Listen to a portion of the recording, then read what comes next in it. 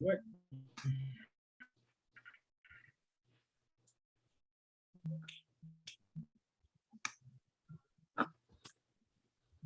We're back locked in. Okay. We're live on Facebook. Good morning, family. How you guys doing? Great. Doing great. This is our kickoff season with the It's a Family Affair Radio back on the air, not in studio, but we're online, so we can reach the world in a different type of capacity, a different type of way. I'm Marcus Wade, one of your hosts, and our other host is. Oh, well, good morning, everyone. To me, I'm glad I was ready, right? Right. So happy to be on today. It's been a while, family, since we've been all together on the show. Some, some people have been asking me, when are y'all coming back? Well, we're back. We're back and we're strong, and we're just so excited to be able to be here today with you guys and be able to pour into you, and you all pour into us some comments in the chat and what have you. And we're looking forward to a great show today. Most definitely. And we got a lot of things that we're going to talk about today, these next 2 hours. It's going to really kind of get us to thinking and asking questions and just talking a little bit about how to stay healthy as we begin this part of our year. I think it's August the 13th. So we're like 4 months away from the end of the year. I keep telling people we're on a countdown to Memorial Day. We're on a countdown to Halloween. We're on a countdown to Thanksgiving and Christmas. There are so many things coming up that are very much close in perspective, like a month out from each other. So a lot of things happening. Then we have all these things happening within our school systems as well, and in our families and church families abroad. So most definitely want to welcome the audience in and everyone that's on panel today. I want you to kind of open up, just introduce yourself to the world, if you will, those who are listening in and those who are going to be tagged in soon. Let us know who's here, and just want to recognize who you are. Good morning. Good morning, family. Just glad to be back in with the family this morning. We're going to be sharing our page on Facebook. So if you guys can tag people in so that everybody can get tagged in with our radio show this morning. I'm just happy to be back on with the family. Like Marcus said, it's so many things to discuss, to encourage. So I hope you guys leave here better than you came in. We just want to help somebody on this morning. So wishing everybody a blessed day. All right, good deal. Hello, family. My name is Joe Williams. I'm glad to be back with our radio show. We have excitement. I think the word to know is excitement is in the air, and that we're going to move forward, share some ideas. To know that we all can bring some to the table. But the one thing that I know is positivity produces productivity. So we're going to do our best and welcome everybody in and have some fun. Hello, family. My name's LaToya. I'm glad to be with the family with the radio show, and I'm just here ready to give some input and to express to the world how we can make a change and do some things different. Hi, everybody. Okay.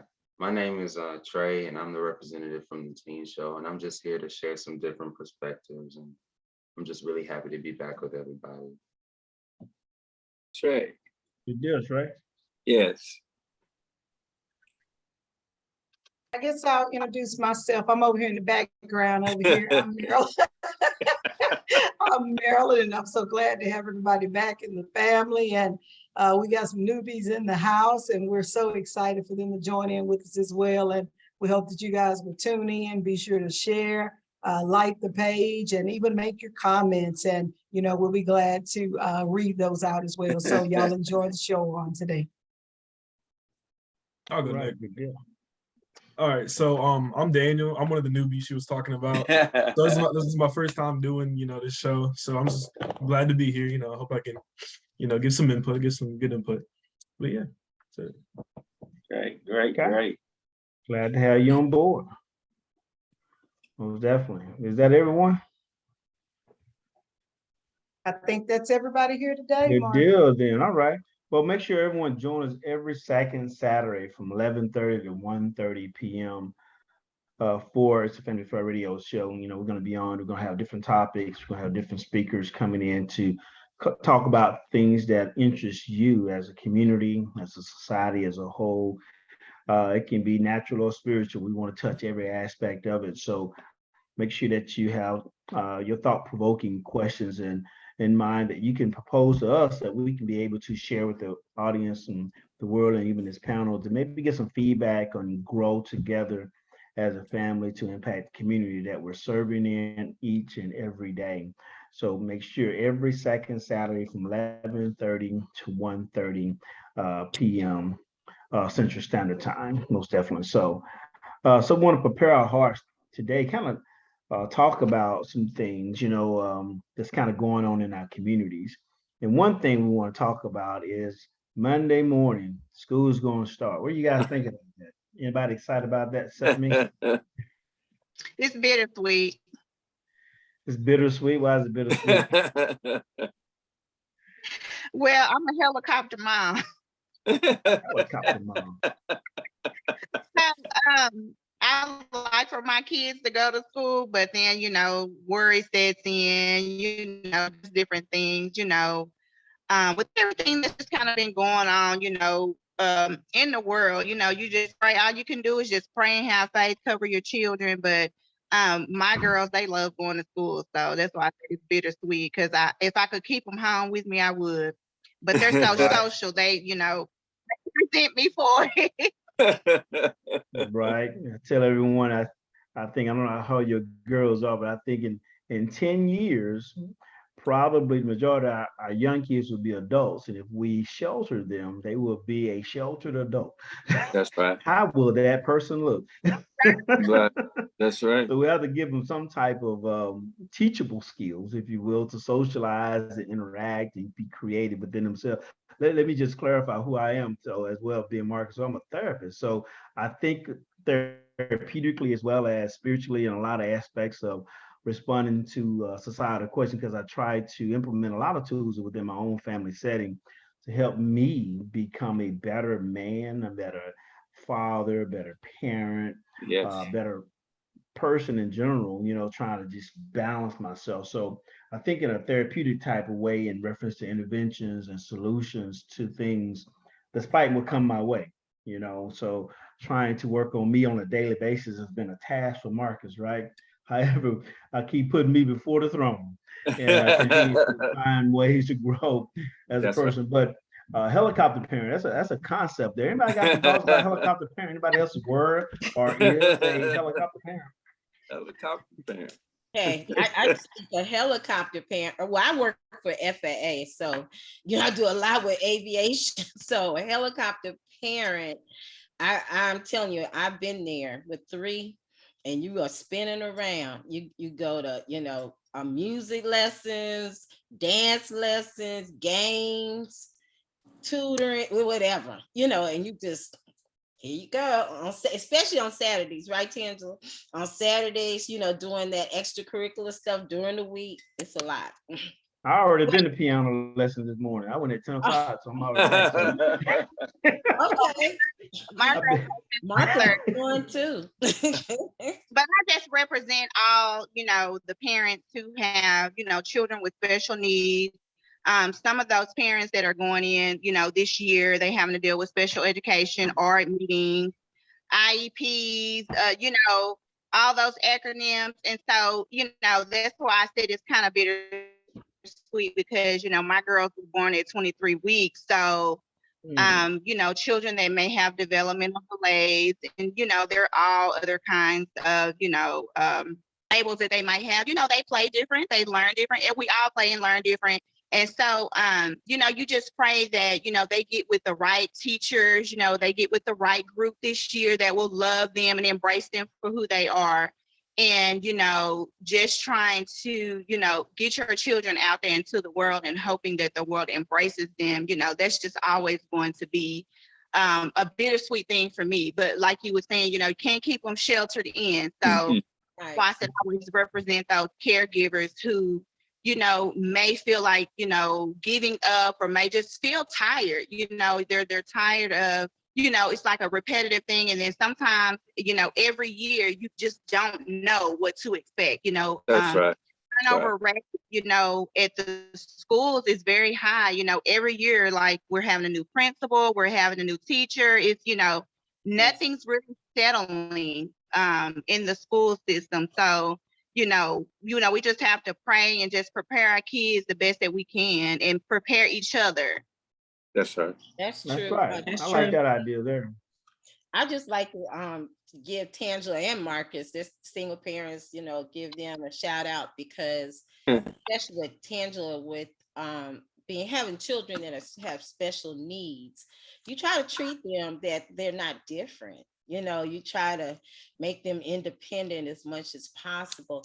But just Tangela's posture over the years that I've known them, I mean, these girls have grown up so fast, and they're doing a lot of things that you wouldn't even expect them That's having right. special needs. But that comes with the right mindset, and the heart to want to do that for your children. Everybody's heart is not at the same posture. So I really commend you, Tangela. You've been so dedicated to your children, being such a super mom, and Marcus a super dad. Yes. All trying to evolve in a better parent and a better person. So just wanted to give y'all a shout out this morning. Appreciate My husband is wonderful. We're a balance. That's why, we came together. I thank God for him, because we balance each other. And so he really, really helps me with them, because sometimes, like I say, I can be a helicopter mom. You know what? Kind of helps me allow them to do more. So I thank God for that. But I do want to talk about some things that could be possibly going on into the school system. There's been some school shootings, and then the things that pretty much go on in schools all the time. You have bullying, just different types of, the kids getting exposed to different things.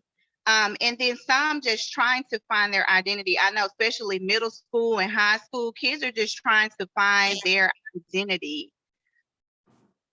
So what do you all think about those particular topics?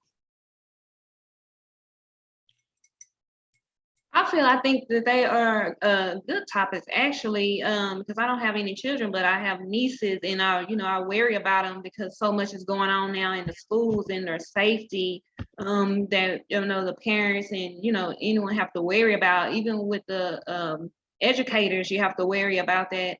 And I think foremost is you want to try to create a stable environment, a peaceful environment for the kids to learn. But you also have to be mindful of, the things that can happen, or, what can go on in the school system. Just kind of be prepared and be ready. Not saying that, you're gonna display fear with the children, because they don't need to have that. They need to have a sense of peace there, and learning and be kids and do what kids do. But I think that's a big thing. And I think most of that starts at home, when you kind of start preparing your children, for these different things. I mean, it's sad to say, but you have to have these talks with them. Mm-hmm. Yes, yes. So. Yeah, Tanya, I agree with you there. The question I had, was asked. Go ahead. No, go ahead, Marcus. No, the question I had, as well was, do our kids really have a fear versus us as adults having this fear of certain things going on? I hadn't heard a lot of kids that I serve or been around kind of have this, what's the word I'm looking for? Apprehension. this fear, I guess is a good word to use. I guess I want to use that word probably of going back to school, but most parents and adults do because of Right. how things Yeah. kind of ended last year with the area near San Antonio. Right. Mhm. Right. Are you hearing that in Yeah, Marcus. kids around from what you hear? Yeah, I was fixing to say, yeah, that's a common thing for parents, because, we latch on to our kids when they're yet very young, and, you want to be, such a protector over them. But I think what Tangela said, we got to get them prepared for going to school, because the reality of life is you can't live in a bubble. That's right. You got to get, ready for dealing with people. The only thing we can do is, not shelter them so much to make them think these things don't go on for real, but they really do. And, maybe get some, what they call it, readiness programs or readiness, little things in the home to talk about it. What would that look like if a shooter came in? What happens, if fire takes out or whatever, what happens if a kidnapper, what does a kidnapper look like, all of that. And, and we let What them they know there's look no like? look. What they look like? Yeah, ain't no look to it at There's no all. profile. It could, Yeah. it could be your dad, and we have to Definitely. just be honest and real with them, because they living in a real world right now. And, and I think it's us that have to come out the clouds also, Marcus, to face the realities of what's taking place, and not to, let that old enemy called fear come in, Yes. but the resource of faith to come in, to have faith that we do have conversations that we can have, that will help to prevent a lot of these things from taking place. I think that's what I was trying to say. Yes. I think the conversations in the household where the parents are strengthened, and the kids, and I don't have kids in school now, but I think the kids feed off the parent. I think you have the conversations and make them aware of certain things, but at the same time, they see you dealing with these issues.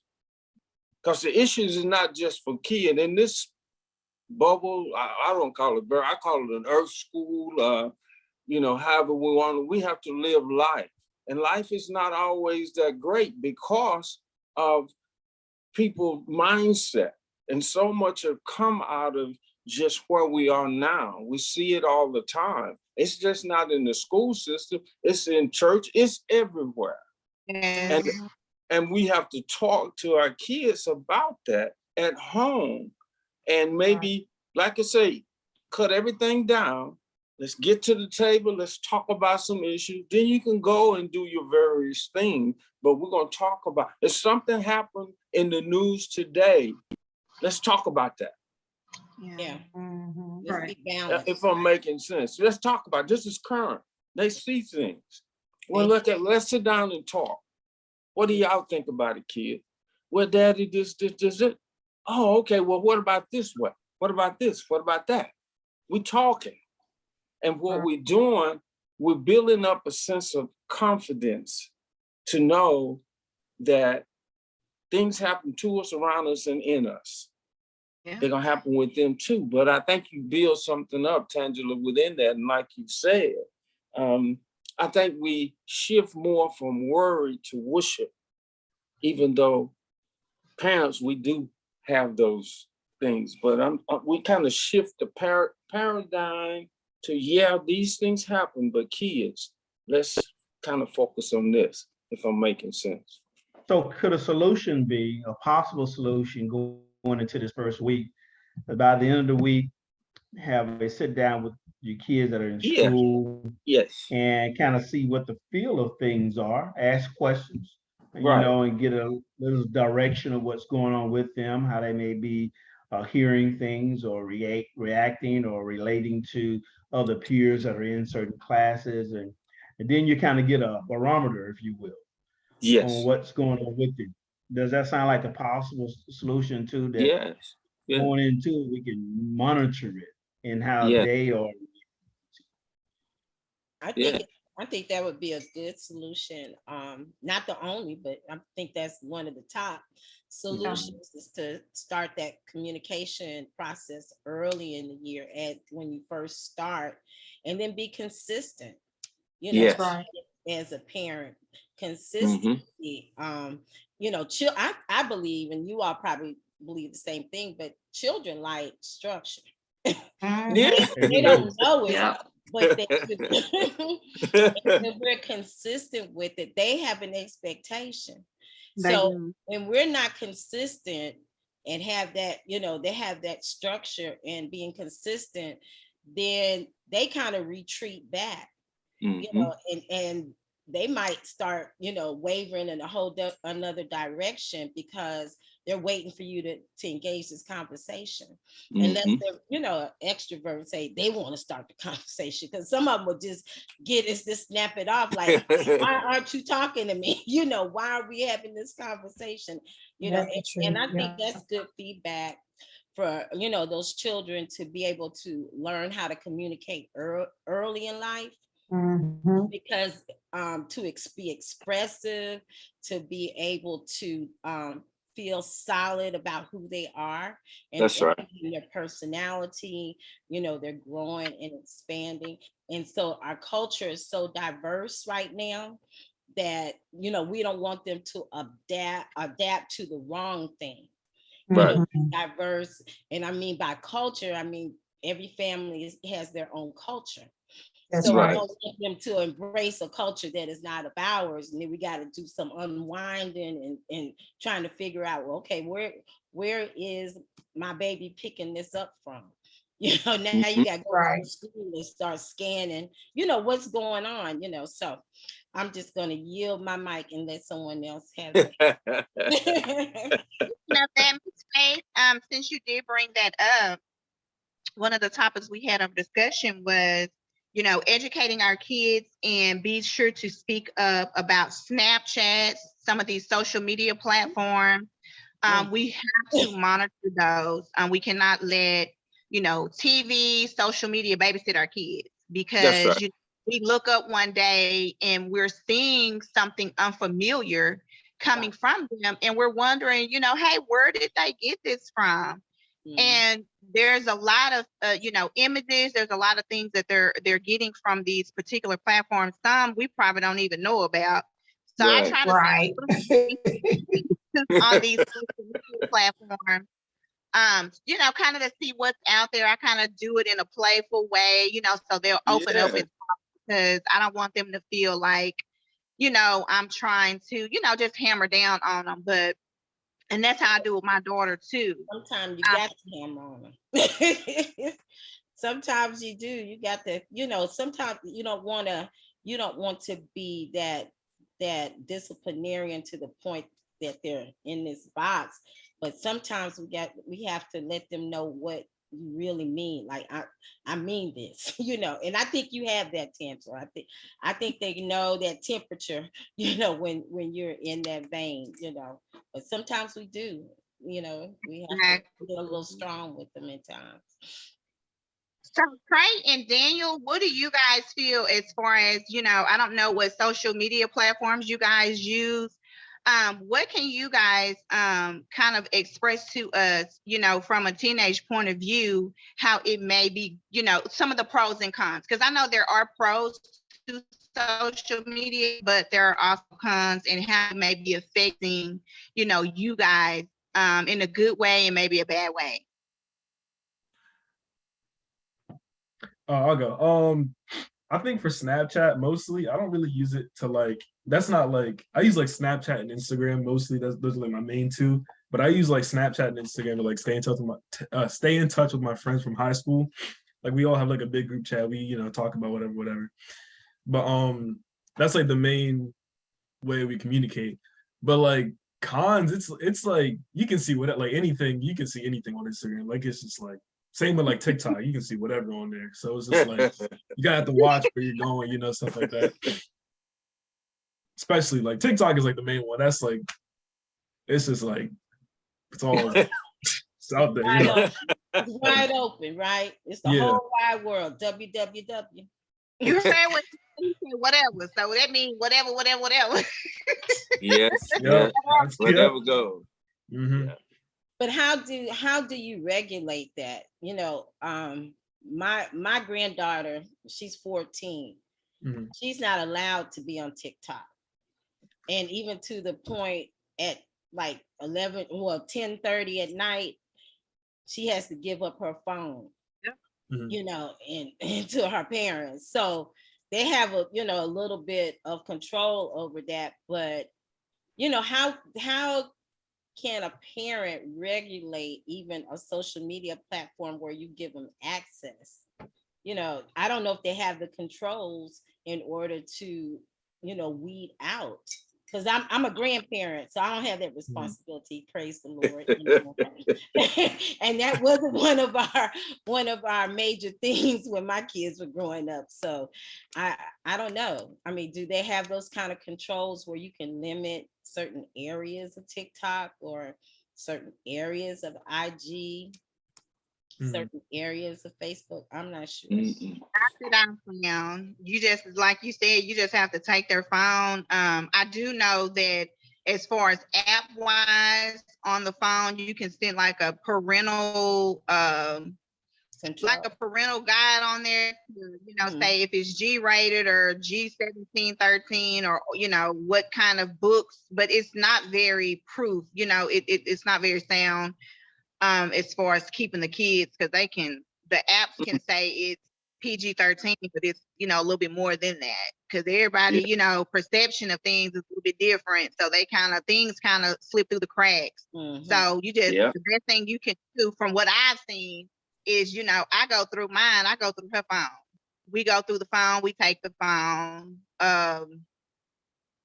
No, I'm like your daughter, we don't do TikTok. Right. And Y'all, One thing, y'all, I remember back in my day, it was notes. The kids used to bring notes home. oh, and you I go talking through about notes in the book bag. Yeah, I go through their book bag. Those notes, yeah.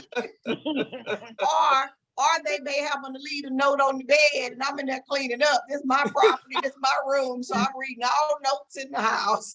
Yeah, that's right. That's good. That's good. I remember those days. Yeah.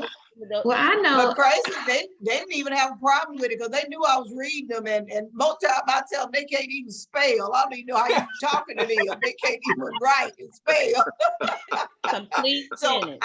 I think what I was doing, trying to joke with them, let them know, hey, you ain't gotta hide your letters, no stuff like that. You know, Right. I'm just saying, make sure your friends can spell. That's all I'm Right, saying. right.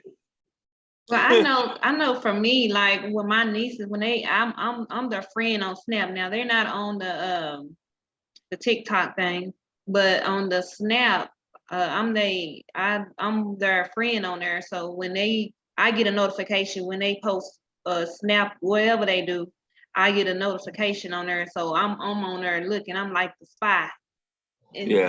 So I mean, that's one way you can, you know, monitor and stuff. So me and my sister, we on there.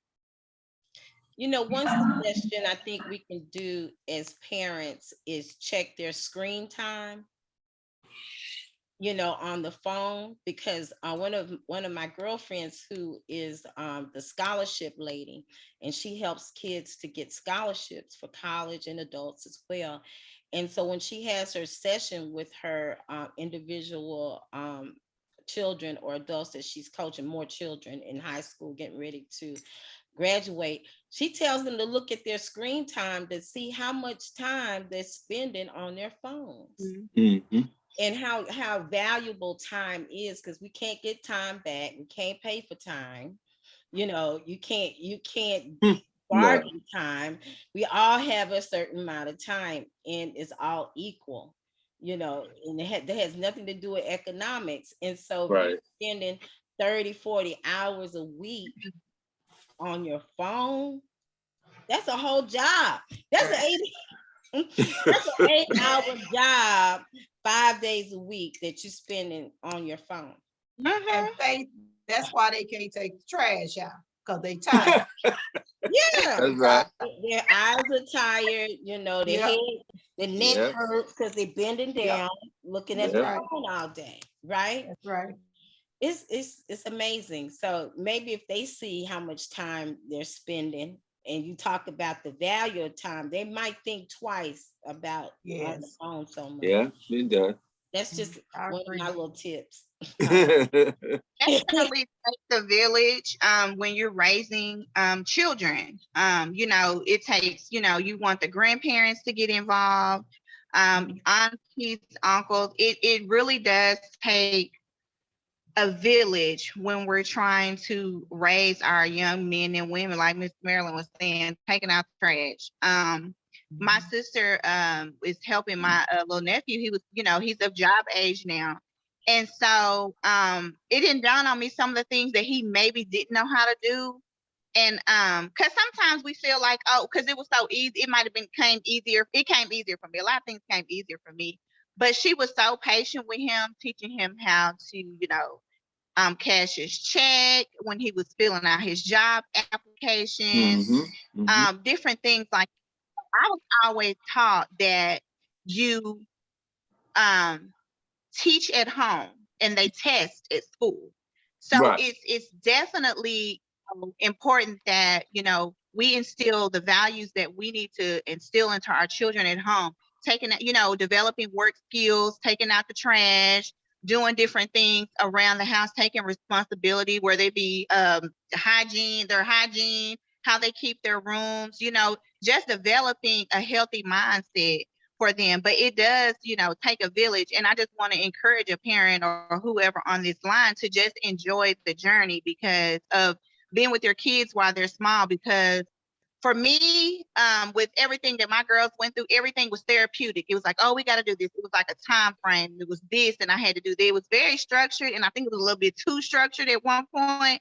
So I had to kind of, just take a deep breath and just, let God do what he was going to do in the midst. I had to kind of take my hand out of it. So I just want to encourage any parent that might be feeling overwhelmed that you do what you do and let God do what he gonna do because he can do it better. That's right. That's good. Okay, I like that direction there, Dan, most definitely. Making sure the kids are healthy all around, having that conversation. Let me ask you this question then. We talk about the school aspect of things and these kids. What about the co-parenting aspect? And how does it work when you're co-parenting, trying to make sure there's a balance with both households or both parents if you're in the same house, right? And making sure the kids are on the same page so you won't have splitting parent mentality. That's right. That's real good. That's That's confusing good. if you're not on the same page. If you don't have a good understanding with the other parent, that can bring confusion. I mean, not only to the two adults, going back and forth, but the children could be confused. Like, who am I supposed to listen to? If you're not on the same page, about a lot of things, almost everything, Yeah. as they grow and get older and mature, maybe they can understand differences, as far as the lifestyles, because you might be staying, a period of time at mom's, maybe most of the time at mom's, maybe the most of the time at dad's, but engaging them in your personal life, what you do outside when they're not there, then I think it takes time of what you share with your other spouse, your spouse or your who you're co-parenting with. This is what I do, and getting approval of that. Is it okay to expose, Susie with this or that, or just to have that cosign and coming together that both sides agree about. And that's a hard thing to agree on, Faith. Trying to get, if I'm okay with, I think someone said something about Snapchat or something like that, and the other parent is not okay with it, the kid is in the crosshair. Yeah. But then the parents are also at a disagreement because I don't think it's a big deal and you think it's a big deal, and we have a conflict. Yeah, that's true. That's true. I think this is where, we come into the I don't know, the maturity of being in relationships with people, taking responsibility for our conduct in relationships. Though we're having a co-parent right now, we have to put the children's best interests at heart. That means we put all of our feelings and dialogues to the side. And if it's not beneficial toward the children, we have to mature in those areas to say that, if it's going to cause detriment to them, let's start looking at this thing a little bit better. Are they responsible enough to be on social media? Will they take responsibility? Will you have a time limit with them? Maybe, taking the phones from them at certain times of the night or whatever, and just creating some form of a balance with it. Because I think sometimes we as parents have a tendency to step away from our responsibility when we're co-parenting, because sometimes we're still at odds with one another, and we did not fix that stuff we were at odds with, and now the child is in the crossfire, with it all. And we're not thinking about, okay, 5 years have went by and we have not gotten along with one another. And little Johnny's still growing up, and little Johnny is still split in the household. And, and I can't say nothing to Johnny because you said such and such stuff. See, this real life stuff, that real family talk that's got to take place. And you know what they say, let's put the dumb stuff to the side. We had our chance to try to get along with each other right about now. It's about raising that child, the children or whatever, and let's do the best that we can. Let's talk about something else, like have you put together some type of account for them for college, instead of fussing about, who didn't do what, or what type of things that we put in together to prevent these types of things from happening to them as well. So, and I think it takes maturity to get to that place to start talking about things that really matter. Because why we didn't get along and why we not still together ain't got nothing to do with trying to raise this child. That's right. And we don't want that child to be normal. Thinking that that's how a normal, that's normality. It might be normality for some, but you want to give them that positive, outlook as far as how two adults come together and create a child. And even though they're not in a relationship, you have to show that child that you can still live together in love and harmony, the fruits of the spirit. And he has a hope, because if you have all this conflict and fighting and what have you, they'll grow up thinking that that's the way normal life goes. That's normal. And then we have all this other stuff going on. Yeah, right. I was just thinking, because you had mentioned structure earlier. And basically, I think you have to, the main priority is the child and the well-being of the child, and try to have a stable environment and structure for the child. And sometimes y'all have to try to be on one accord. Now, that ain't always easy, depending on what happened, whatever the past, whatever it is. But then we have to just kind of remind ourselves the focus is the child well-being. That's right. In both homes, That's right. And so, some things you may do at your house, and then, some things you may let them do at the other house, but y'all have to have some kind of stability there. It has to be some rules, some guidelines, some things like that. And then, talk to them, let them know, because they want to know why they can, or, they're not gonna always like what you say. I mean, that's a kid. I didn't like always what I, that's just life. But that is what it is. That's right. Right. But they need structure. Yeah, they do. Yeah. They do. My daughter had a child in high school, and her husband, they got married eventually down the road, but they always agreed to have a loving relationship in regards to co-parenting, and they were teenagers. And until this day, they've always done that. That's right. I'm not saying it's easy. I'm not saying, that they didn't have areas where they had to work things out, but they always said that regardless of the relationship, if they were together or not together, that they were always putting Makai first. Yeah. As far as coming together. And that's one thing that I try just validate them on that because they were so young, you know, Yeah. and I didn't, I was out of it in that respect.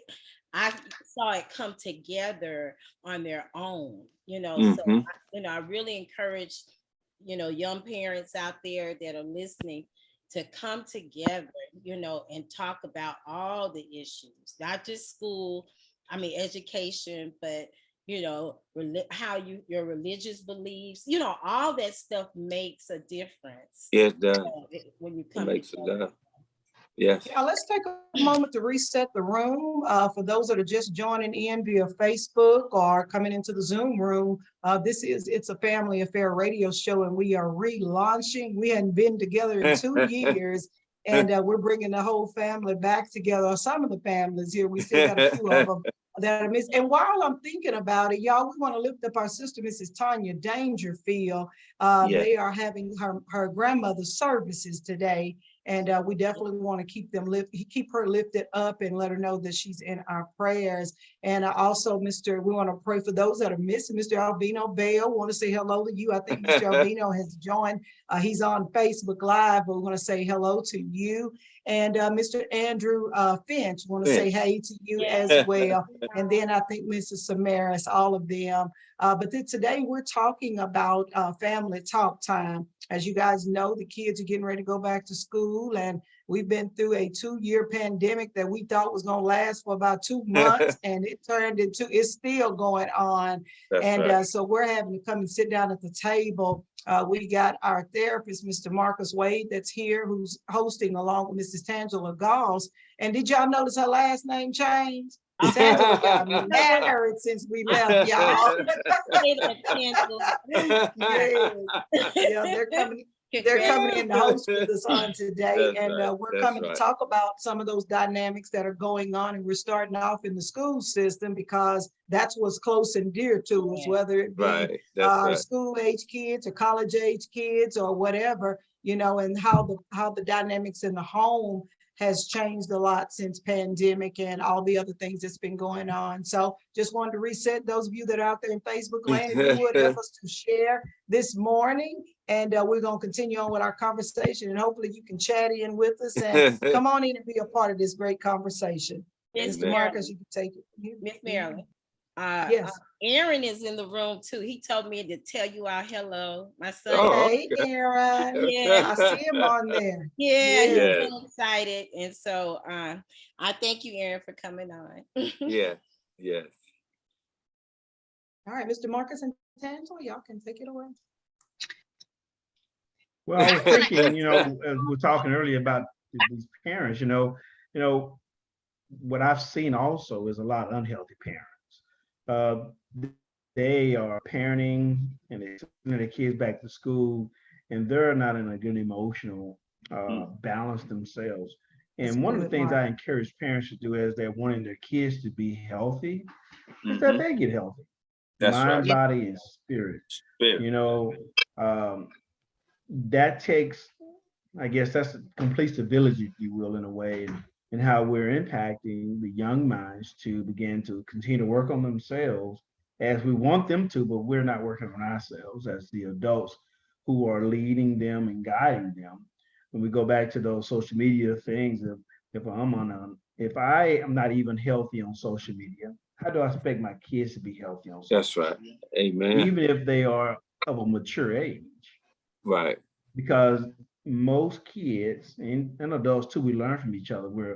We have modeled people in front of us, and we learn how to react and respond to situations. One of the goals, I think, and when we're trying to help communities, is to find out, okay, what is that need that you have that we can help you meet?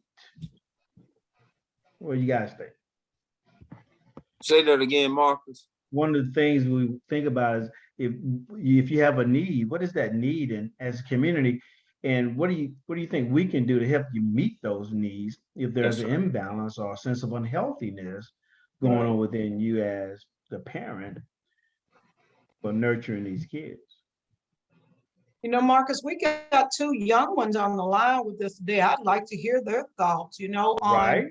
on, how they feel about that, because they're firsthand in the middle of that fire right there. And then they've got some peers out there also that, are possibly living, different lives or whatever. And we just want to know how we can get this better, with the That's right. families out there.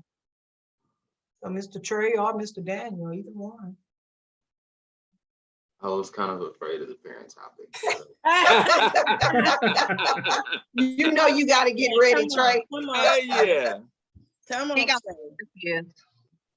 I don't know. I think as parental balance goes, I think counseling is becoming more and more necessary, especially within our community, per se, and not just, separate counseling, but parent and child counseling, you know what I mean?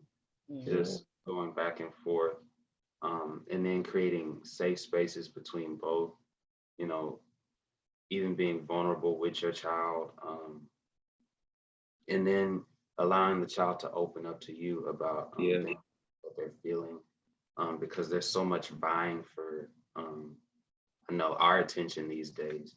And even if we have different ways of dealing with it, whether it's social media or even school, for some having a social life, people are still trying to find that safe space, or finding community that makes them feel safe.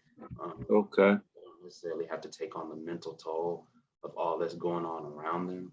So I think if parents create that space, and then if kids open up to what their parents are going through, as far as the provisional part of it, just having gas prices, all of it, just the transparency on both ends is really what I think is going to make relationships a lot better in this time. You have to have vulnerability. That's good. Open dialogue. Trey, you basically saying open dialogue between the parents and the kid, and they knowing they can come to you and have those conversations and in a relaxed environment on a consistent basis. Is that what I'm hearing from you? Because I know a lot of people who are, they're scared to talk to their parents, or they don't feel like that's an open space for them to talk to. So a lot of times they will go to social media, or they will go to their friends, and they'll go to places where the information isn't as, I guess, available to them. Mm-hmm. Right. The information isn't as trustworthy. Yeah. Right. So They will. they'll seek it in other places. So I think staying open, as a judgment-free zone, you can come to me and we can share with one another how we're going to go forward and move forward and deal with what's ahead of us. Right. I think that's necessary. You know I what? think that's good there. I had a thought about that. Do you know, I think sometimes we underestimate the union of family. And what I mean by that is, whatever your family unit look like, mom, dad, children, or mom, children, dad, children, or whatever. And we forget about the inclusiveness of the entire family. I think we separate ourselves in homes as if, oh, this is mom and daddy problem. Oh, this the kids' problem. Mm-hmm. Oh, this or that. Not realizing that we are a family unit. So say for instance, if we got some issues where money is scarce in the home, instead of acting it out, we should be sitting down at the table talking, okay, well, Trey, we may have to come in and kind of cut back on some things and give them, some choice. Okay, Trey, I see you got a whole lot of stuff going on. Would you rather the cable get turned off or your lunch money get turned off, But I'm serious, just being open and honest. And it'll make those children be a little bit more conscious about them lights being turned on, and instead of fussing about it, coming in the room, slamming the door, turn these lights off, and all that kind of stuff. And I think if we start including them in, and then listen, let the children learn the tempo of the house. That's right. How do we handle stress? How do we handle lack that's in there, because whether we know it or not, we're teaching a message to the children for them, whether it's verbal or they picking it up somewhere, but walking through the house, you're teaching a message to the children. And I think we need to be a little bit more inclusive, because just talking to my kids, and my kids are adults now, they are going back to tell me they understood stuff that was going on when they were 8 years old. Right. Yes, that's right. They were picking up on little mannerisms that were going on with adults that were going on, and we underestimate, think, oh, they just kids. We had that saying, kids need to stay in a kid's play, but they in this house though. Yeah, that's right. It's impacting them. Right. Tradition doesn't always mean it's right, you know. Right. That's right. Absolutely. Yeah. Excellent. And I really believe that's what the kids are crying out for, because from what I understand from kids that are getting into healthy places, they don't really care what their family go through. They just want to be included in it. Okay, so you and mom and dad not getting along. What y'all fussing about? Well, maybe listen, and you can do it in a respectful manner, because you'll be amazed at how a child can come in there and say, Mama, you do fuss too much.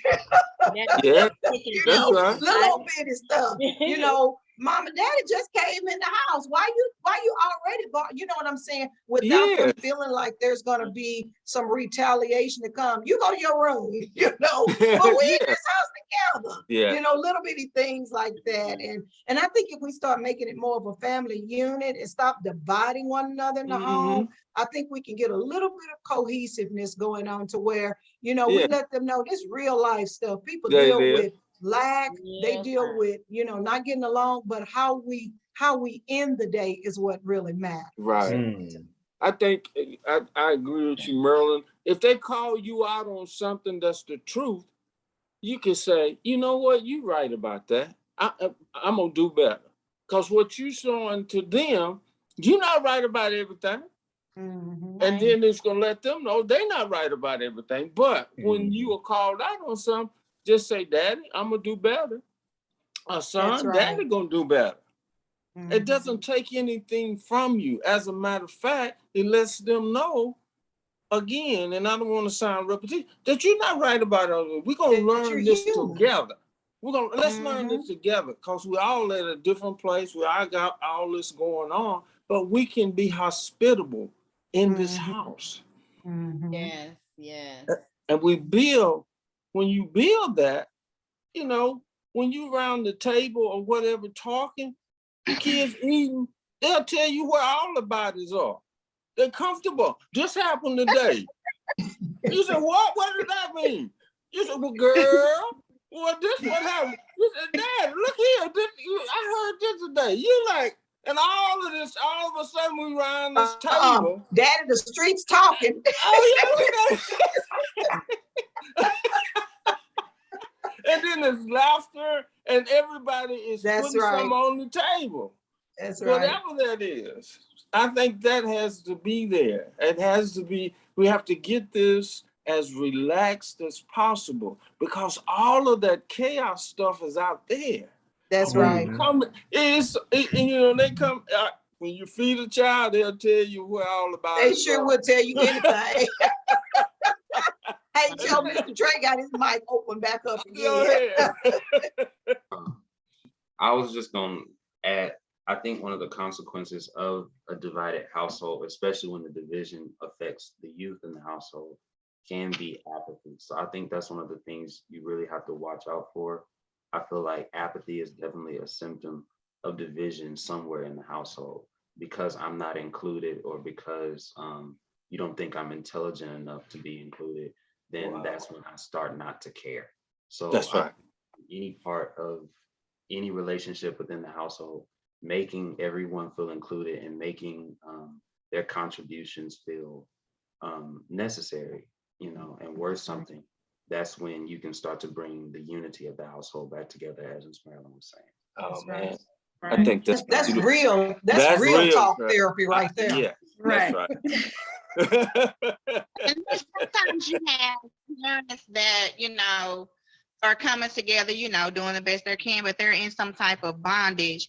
And I remember in the meeting, and this really blessed me, when Mr. Marcus was talking about people being stuck. You got a whole bunch of stuck people And then you got these, children in the middle of that. And then, the parents or whomever, adults are trying to, make do with what they know how to do, but they're still dealing with generational things, bondage from the past, trauma, from their childhood. So if Mr. Marcus, could you please explain that again when you were talking about people being stuck? Because when I tell you that blessed me, and I think it's going to open up the eyes of a lot of people, because I think they're going around in circles about, different things that they can't explain. And all along, you're really just in a stuck place, and you need to kind of declutter some things and cleanse yourself from, childhood things that went on, get some healing from that, so that you don't bring that into your children's childhood. Well, we know that it's difficult to clean house when you have not only mental clutter, spiritual clutter, but that physical clutter as well. And one of the things that help cleanse us out, we should probably never get in a relationship when we're not whole and we're not even attempting to work on being whole.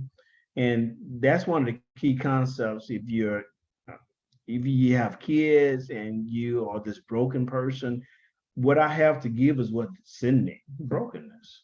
That's I right. can't give you nurture when I don't even nurture myself. That's So right. we have to find ways to turn that around so Right. that I give myself whatever I'm able to or capable of or willing to give to you as another person, maybe kids or adults. That way, I know that what I'm pouring out is something that I am hopefully going to get back to me.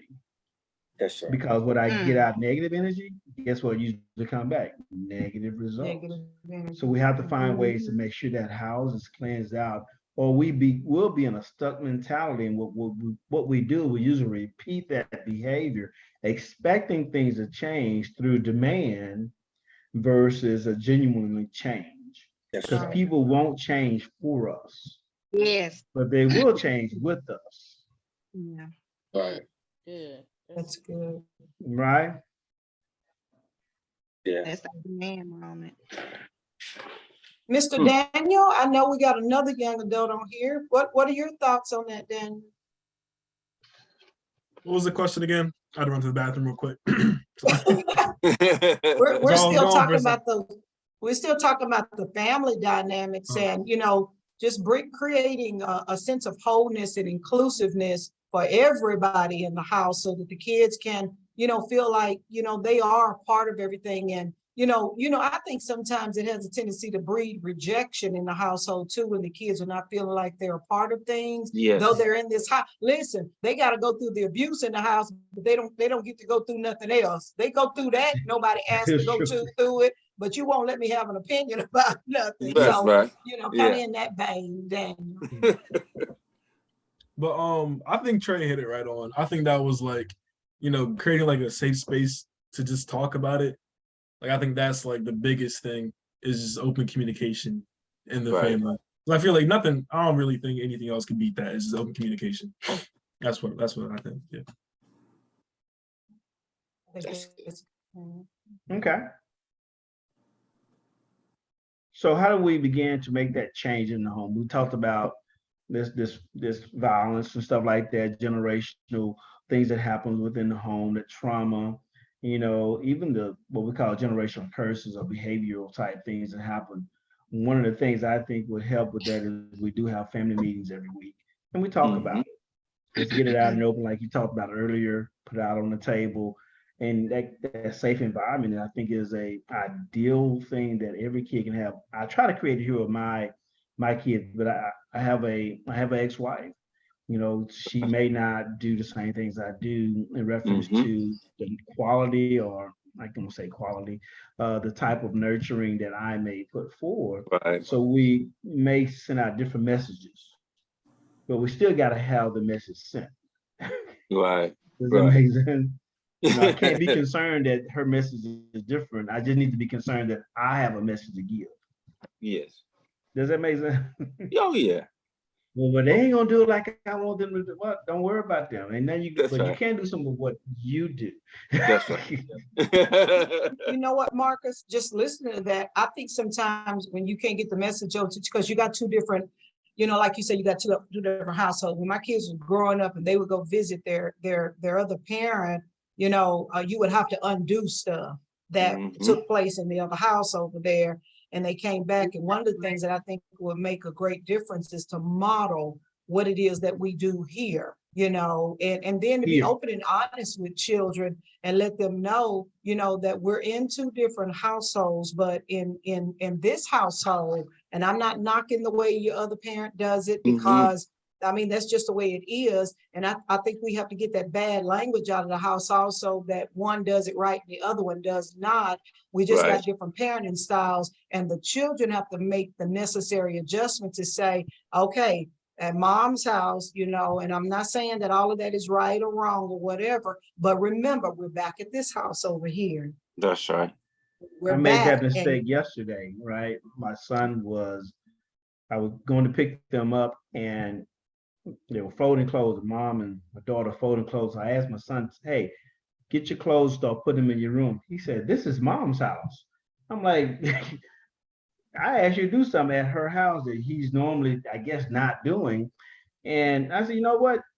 None of this, none of this, none of this. You know, so I immediately put a negative reinforcement in place to take away something that would increase behavior I want to see. I took something away immediately. And he looked at me as if I couldn't take, he called it, when he apologized to me, he called, you can't take sarcasm. Oh, he trying to get you back, Marcus. I'm like, this dude, too smart. you can't take a joke. I'm like, hey, I didn't hear that joke, you know. I heard that must have cracked me up inside. I'm like, but yeah, still, I addressed it immediately because he knows that this is how we don't do that. And you know what, Marcus, I think it creates harmony also, and also a sense of total love to say that people have a right to handle their homes the way that they handle their homes. But whatever one, listen, whichever one has the greatest influence in that child's life, that's what the child is going to model later on. So I think we all have to get to a place of settling in our heart that love does conquer all. It is the greatest weapon that you can use. And that if they're doing, unless it's something that's causing detriment, now I wouldn't even address the child with that. I would address the adult at an appropriate time about that, to say, you know, I noticed, you know, whatever, and I'm not trying to tell you how to run your household, but these are the things that I'm seeing when such and such comes to my house, and that may be a behavior that may cause them trouble. Not putting it and saying you don't run your household right, but I'm seeing some behavior that may cause some problems later on. So just want to know how we can sit down and probably adjust it. You know, have you even noticed any of those things? And y'all, it takes a genuine love to do that, because if you got a sarcastic sound behind that, people are gonna pick up on it. You got to do that in real love, you know, let them know that I really am concerned about you. And then you may really hear, hey, I've been struggling with some things over here. And then that's what we can come to ask them, is there anything that I can do to help you? You know, that's what real love does. That's real love. That's right. Real love. And I think you're so on point with that, Marilyn, from the standpoint that you have that conversation between the two entities. And if necessary, we come together with the kids in a neutral place and talk about that. So they'll know we're operating somewhat in two different households, but there is some commonality in the middle here. Yeah. We agree on these things, kids, and we are there in a social environment, both of us agreeing in front of them. So they won't try to play the end against the middle or whatever on that. We agree on these things. They see us getting along because our thing didn't work. It doesn't matter. We're working in the best interest of you all. Right, exactly.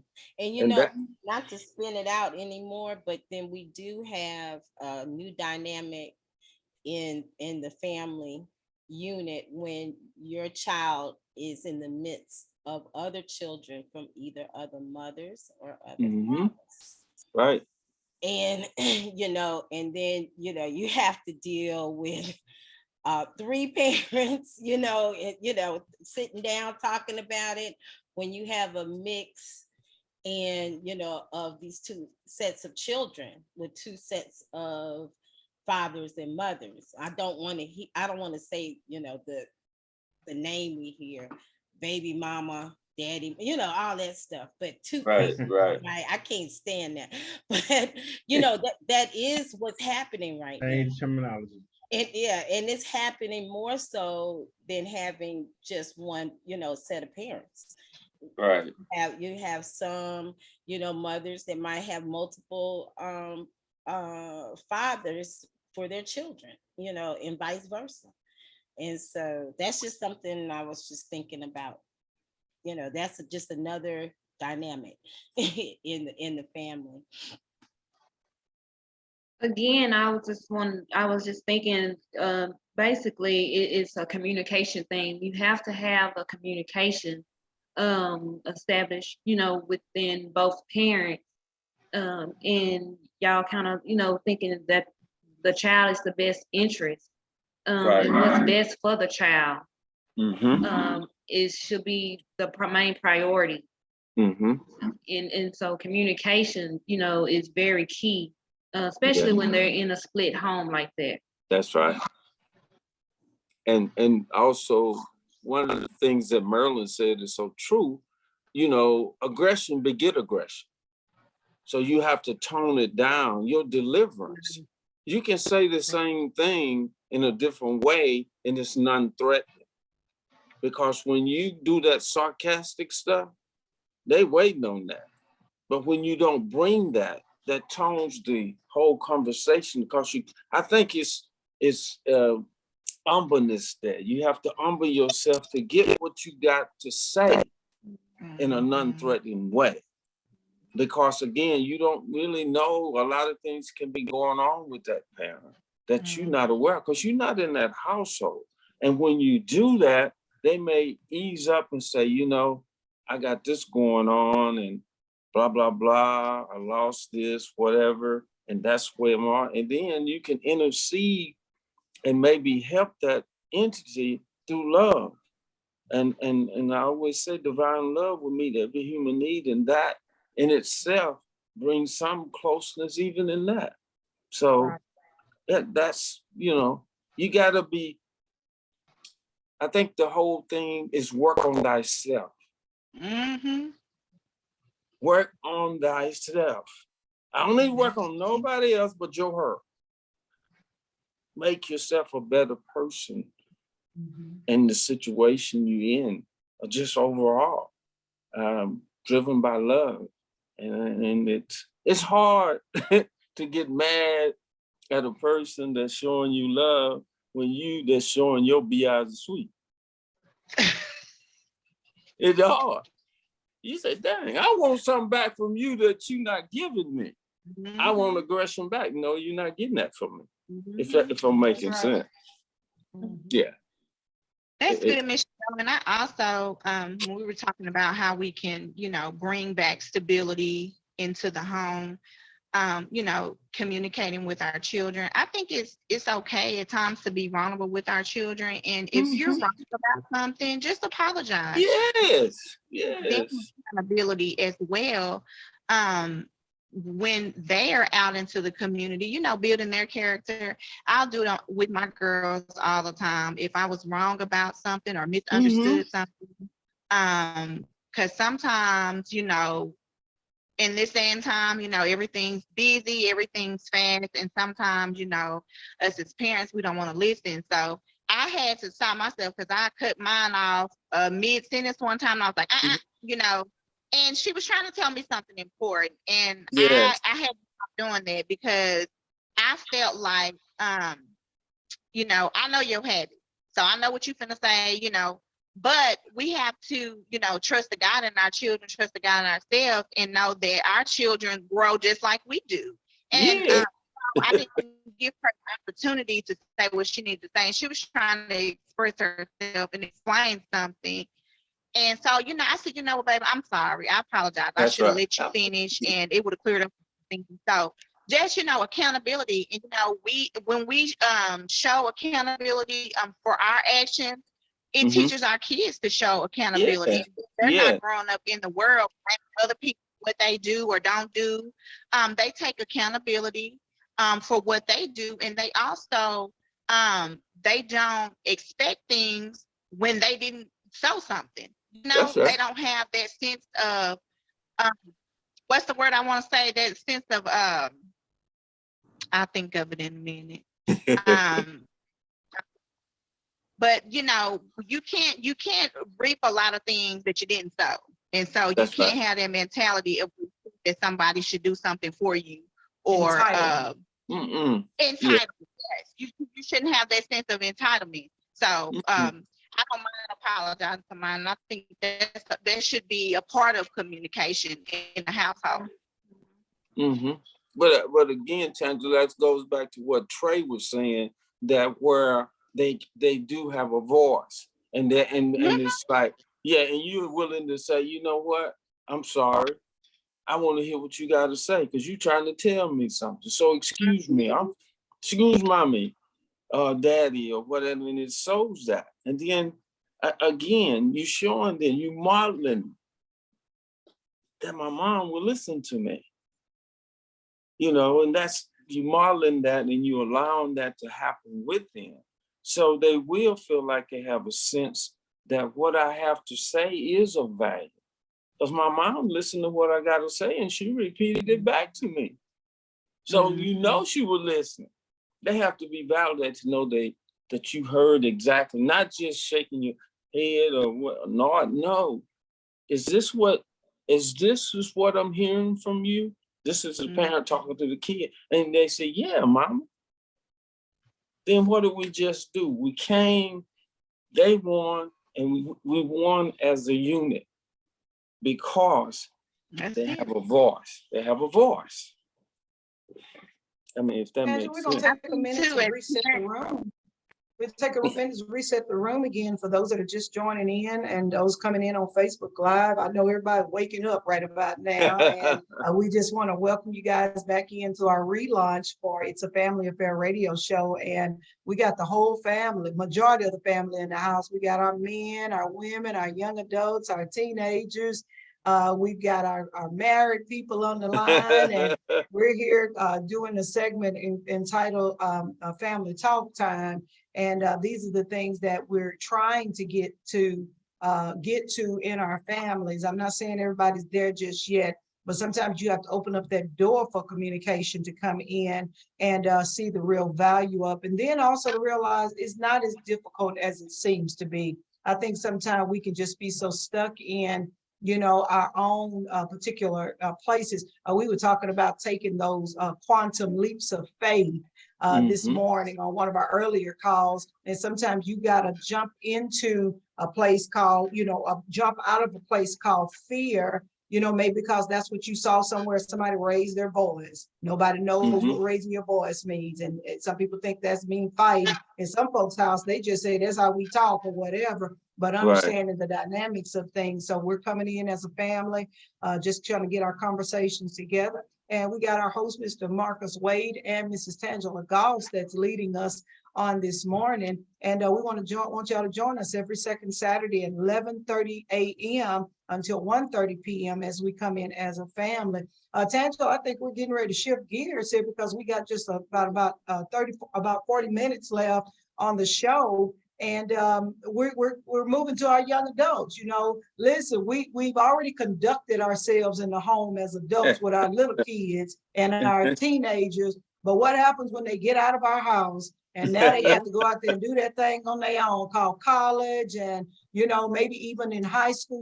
There's some high school kids that are really taking care of themselves. They really don't have any parental guidance around them. They just made a decision that I wanted to finish school. How do we as a community come back in and make a safe place even for them, a safe space for them to realize, though you may feel like you're stuck in a place right now, there is still help that's available. And we'll go into that conversation. So I'll turn it over to you, Tangela.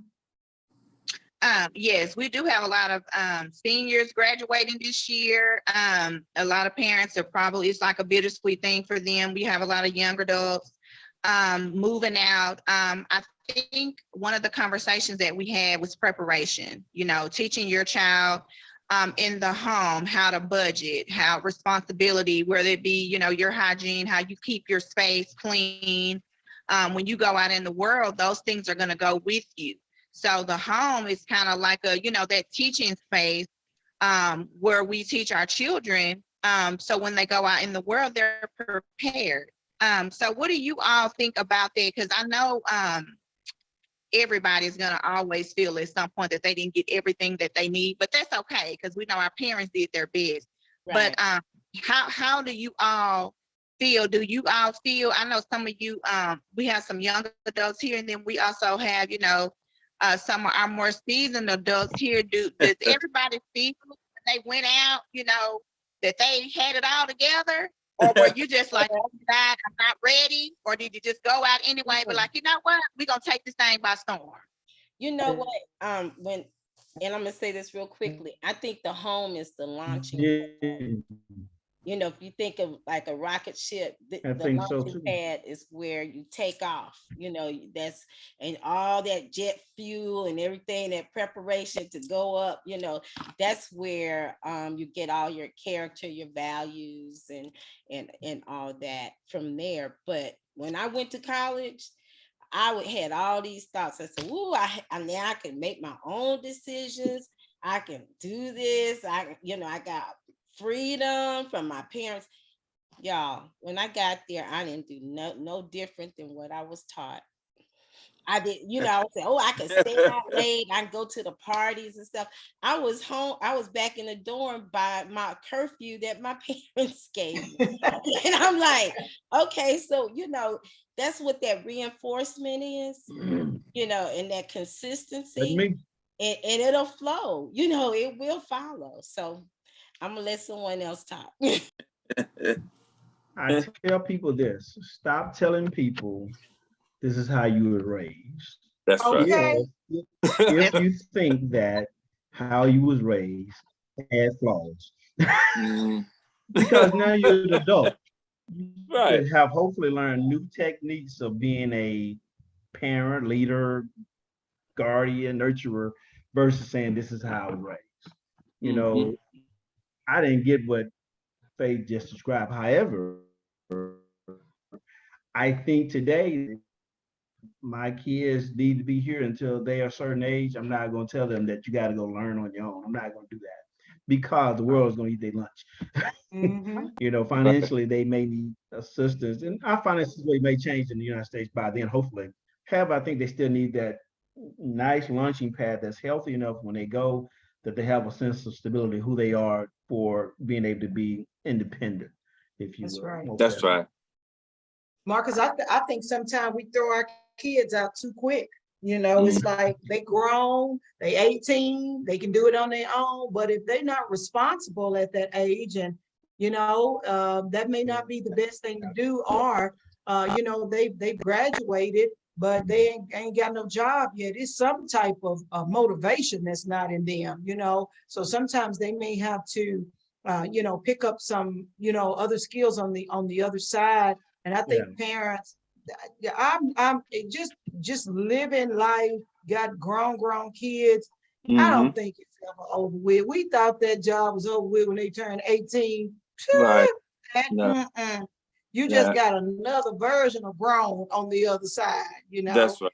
And you know, you let them live their lives, but at the same time, I think we can put some preparedness ready for them. You know, like, do you know how to balance a checkbook? You know, listen, they're gonna be offering you all kind of Discover cards and American Express, and they know good and well you ain't got no job to pay that stuff off, but they're gonna offer to you anyway, which I think is a good start for individuals that are prepared. And that if parents would also you know, teach the children about responsibility, don't spend any more than what you can pay off at the end of the month, you know, little things like that, and just, you know, just teaching levels of responsibility all the way around. So yes, that's right.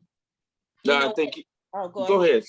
No, I go was, ahead, Faye. I was just gonna say, when you said checkbook, Marilyn, I started thinking about a lot of our kids think that Cash App is the way we ought to manage our money. You know, Cash App, Zelle, that they don't use, we don't use paper checks hardly anymore. It's electronic. So Right. how do you balance? It's Yeah. just something that we need to bring back in. Mhm. Sometimes, you advance in technology, but sometimes you got to know the basics. The of basics, why, yeah, why fundamentals. right, the fundamentals. That's good. That's right. And I think that said is some fundamentals work for any generation. It doesn't have a gauge or whatever, and you have to Or expiration understand date. that.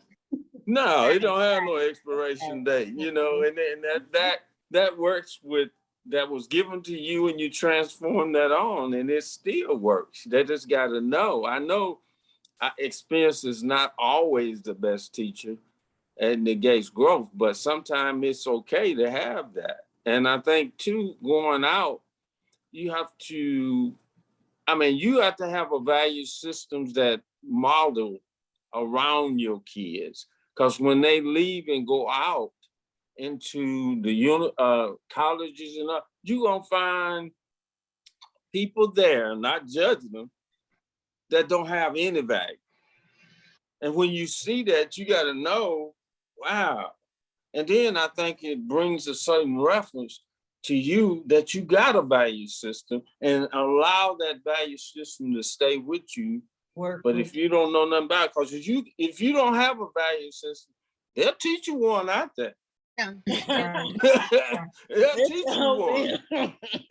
Y'all, we've got a guest online, Miss Regina. I see her mic is open. Were you wanting to say something, Miss Regina?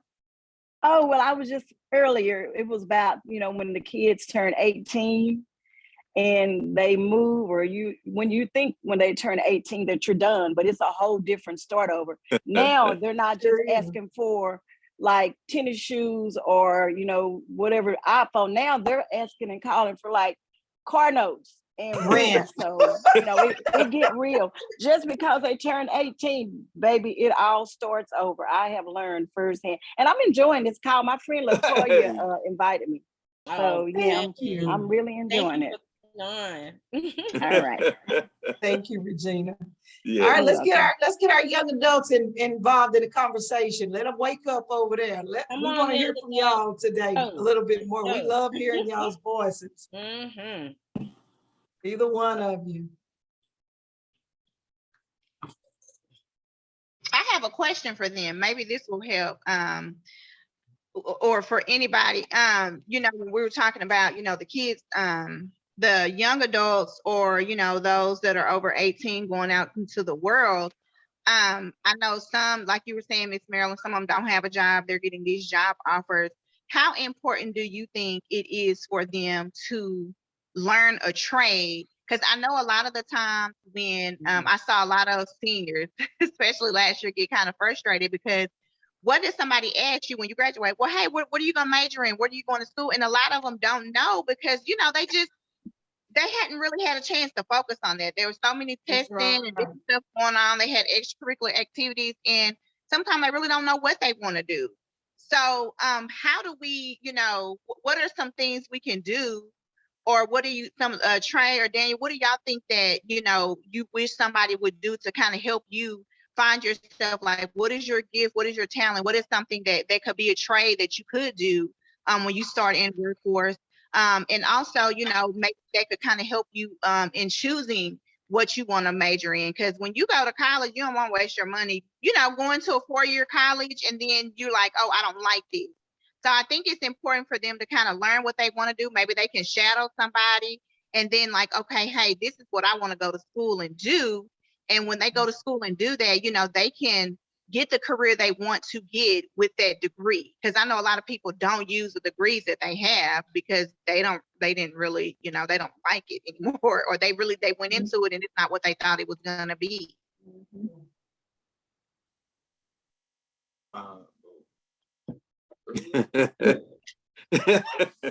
Well, That's a lie.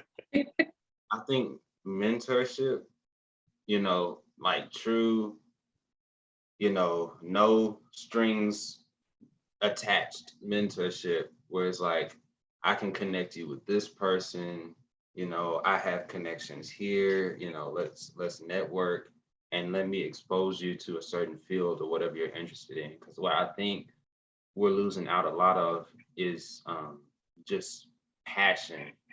A lot of us, I know specifically, my peers, it's just trying to find what you're passionate about. That's right. And it is kind of scary because, it's a day and time where there's only a limited amount of fields, it seems, where you can really make and to keep up with the rise of living, it's STEM, medical field, everything else is like sports and rap and it's just, there's very limited, it seems, places to go to make a very good living. You know what I mean? Right. So when it comes to passion, if your passion is something, that's not necessarily something that's profitable, it makes you kind of discouraged, what can I do? Where can I go? But you really just need to find mentors who can help you navigate, not just so you're necessarily wasting your time in college or doing something that may not be as profitable to you in the future, but you can still find something passionate in. Passion can still take you far. And I think that's something that we sometimes forget just because everybody's chasing the bag, but am I really doing what I love? So Right. I think that's important. Yeah. Good. I'm gonna go off of you. Like, I feel like what you said is true. And like people nowadays, like they would rather focus on the money aspect of jobs and stuff like that instead of actually focusing on, like, say you like really like producing music, and it's just like some people will just abandon that completely just because they don't think it'll make a lot of money, and they'll go work in like a business field, but they're like miserable. And like the way I like to go about things in life is like, it doesn't matter if you're like miserable. Well, hold on, let me get this straight. Like I would rather enjoy my job and not make like a whole bunch of money, but it's like my passion, rather than make a whole bunch of money and I absolutely hate it. You know what I mean? Like I would rather, enjoy what I want, enjoy what I do for the rest of my life, because it's just like, why be miserable? Why be miserable Right. when you can just, pursue what you actually want to do? Yeah. That's good. That is so good, Daniel, because I could just say, because of experience, my son Aaron, who's on the line, ever since I think I went to Ross and bought him a Beats software to put on his computer, right? And he stayed up all night trying to figure, the software program out. And ever since then, up until today, he is focused on his creativity of music. He has his own music studio. He produces, he sings, he does all that. He's never strayed. All this time, he's 30. Oh yeah, he's 38 now. They just had a birthday, but he's never strayed. He's always been focused on it, and that's his passion. He loves doing it. Sometimes it's good financially, sometimes it ain't so good financially. Right. How it goes, but he's been focusing that, and that's where his heart is, Right. And so I agree with that. Sometimes you're not going to make the millions, but you're going to feel in what you're doing. Yeah. And Thinking, I was thinking, just piggybacking off of what Trey says, what happens if you do start making a lot of money and you don't know how to manage the money? What's going to happen then? That part, some people try to take that meal ticket of going, trying to make it into the NBA or whatever, and you don't have any business sense about money or how to invest or anything. You got all that money in your hand, and y'all been, you know what I'm saying, you've been struggling. You're gonna buy stuff that you don't even need because your mind is still in a struggle place, like groceries and I'm gonna buy me a car, I'm gonna buy me a house, all that kind of stuff. When those were the basic needs that should have been taken care of a long time ago. But now that you got the money, your mind has not left that place called poverty. And so I'm going out there buying things that people that poverty mindsets think about buying. And it tells a lot about them. And then we start hanging around and trying to mimic people that are doing that stuff, not realizing that they're gonna lead you down the same rabbit hole a little bit later on. That's exactly right, Marilyn. Well, I said that mentorship Yeah. and That's community, because you can't necessarily just have somebody there on the journey to where you're going. Somebody mentor, for the aftermath when you get there, Right. else you won't Right. be a good steward over what you have. So Right. I think that's what a lot of us are missing. How do I Yeah. manage, what I have now that I'm here?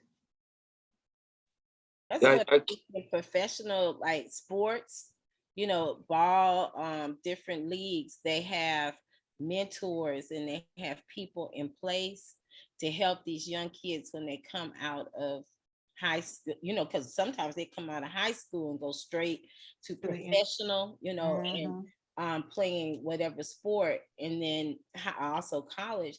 They have those coaches in place for financial and all that, so they can get their goals and get their life in order. Try, I say try, Mhm. because Right. those societal pressures, what they've seen from their past, like Marilyn was saying, their culture, they want to identify. So if they don't roll up with the right car in the neighborhood when they go back, their peers might say, well, you didn't make it. If you want to drive a Toyota instead of going to get a Mercedes, you know what I'm saying? But you got your money in your pocket, in your bank, buying stocks and all that, where Yeah. it's not visible. Right. So they are acquiring that, but they can't see it. And that's what messes with the mindset, right? Mhm. Of that type of mentality. Yeah, I was thinking too, kind of going back what they was talking about their passion, about the career you go in and different avenues. I was just thinking, now the high schools have this program. I'm not sure what it's called, but they have a program like when you get into like the 11th grade, I think, is where they can kind of get into Dual like credits. yes, dual credits and do like Mhm. medical. They want to do medical, or the guys, if they want to kind of do like work with their hands in cosmetology, they have those different programs in there. And I think when you get to a certain grade, and so they kind of help when you get to the point of when you want to graduate and everything. If you know right then, well, no, I don't want to do nursing, I don't want to do that. They kind of eliminate that going into a field where you're not really passionate about, and that right off the jump that that's not what you want to do. That's right. So I wish they had that like when I was in school. That probably would have helped a lot of us, in my generation coming up. We had, But I think it's really good that they offer that for them now. it is good. We Yeah. had this education where we could work, and go to school at the same time. They have vocational. And I think now they even have programs where you can get your associate's degree when you graduate from high school. Yes. So, and they can go Yeah. straight into college and be ahead. I think these programs are excellent. And if we had those, it would really help us. It would have helped us a lot, right, Joe? Oh yeah. Oh yeah. In our generation. We want to take some of that and put Yeah, it back that's right. where it was. We could have been accelerated. Right. And so, Yeah. that's a blessing. I hope all kids take advantage Oh yeah. of that. That's And really- I think and I keep hearing, Trey, what you were saying in terms of passion. I kept hearing that from you, and zeal. I think you don't ignore that, because that, I think each and every one of us, we come out of a village, but we develop our own personality. And that if that zeal is within you, don't ignore that, because there's some truth to the fact that your gift will make room for you. And I think in terms of Daniel, when you talk about making money and all of that, there's such a thing that's called excellence. When you seek and do things excellent, money has a way of attracting that. That attracts money. So I think you never seek money, seek excellence. And with excellence, again, it will attract money. And that's doing something that you're really passionate about because you do it with ease, because you're passionate about it and you're driven with that. Hello? And Mr. Joe, you got that wisdom going on over there. I believe that. I believe that, you know, and I don't think you follow somebody else's dream. You follow your own dream. Don't follow, you know, dreams come true when your gifts are set on fire by passion. Right. You can't, it keeps coming up in you. That's why it's called you passionate about it, because you can't get away from it until you move into it. And when you move into that thing you're passionate about, again, it flows because you have an inward drive about that. And somehow, I can't let that go. And it's not meant for you to let that go because you march to the beat of your own drum. And a lot of people may not understand that, but as long as you understand it and you're good with your Lord and Savior on that, that's all I want to say. Amen on that. So I guess, basically in a nutshell, it's, it's just as important for, parents to, gather to kind of see what their kids' gifts and talents are. And then it's also, important for, the individual children, to start taking responsibility to think, hey, what do I want to do with myself? Especially when you start getting your junior, senior year, start taking accountability to see, what you want to do, what you like and what you don't like. And I like you guys were talking about the passion, kind of play around with things and what your passion is. So that, when you get out in the world, you don't have to get this, accept a job that you don't like. You're already prepared for what you want to do, and you have already have a path laid out for yourself, and you can go to that direction. You don't have to accept what anybody else throws. You have your own path.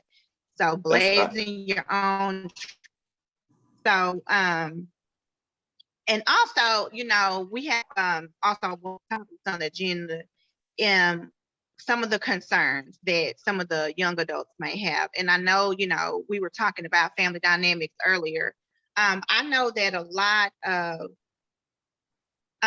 young adults move out because of stress in the home, and they may or may not be ready to move out, but they move out because, like, oh, I'm tired. When I get 18, I'm gone.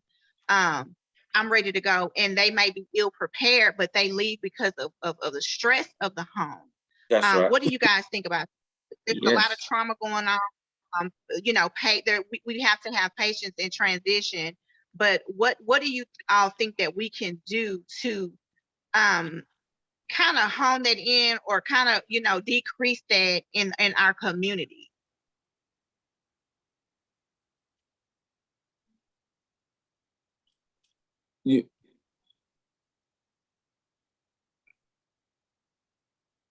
Well, Tangela, I think one of the things she's talking about decreasing that stress is, I think, awareness, first of all, is to know that we are creating those unhealthy environments, especially if we're repeating things that took place,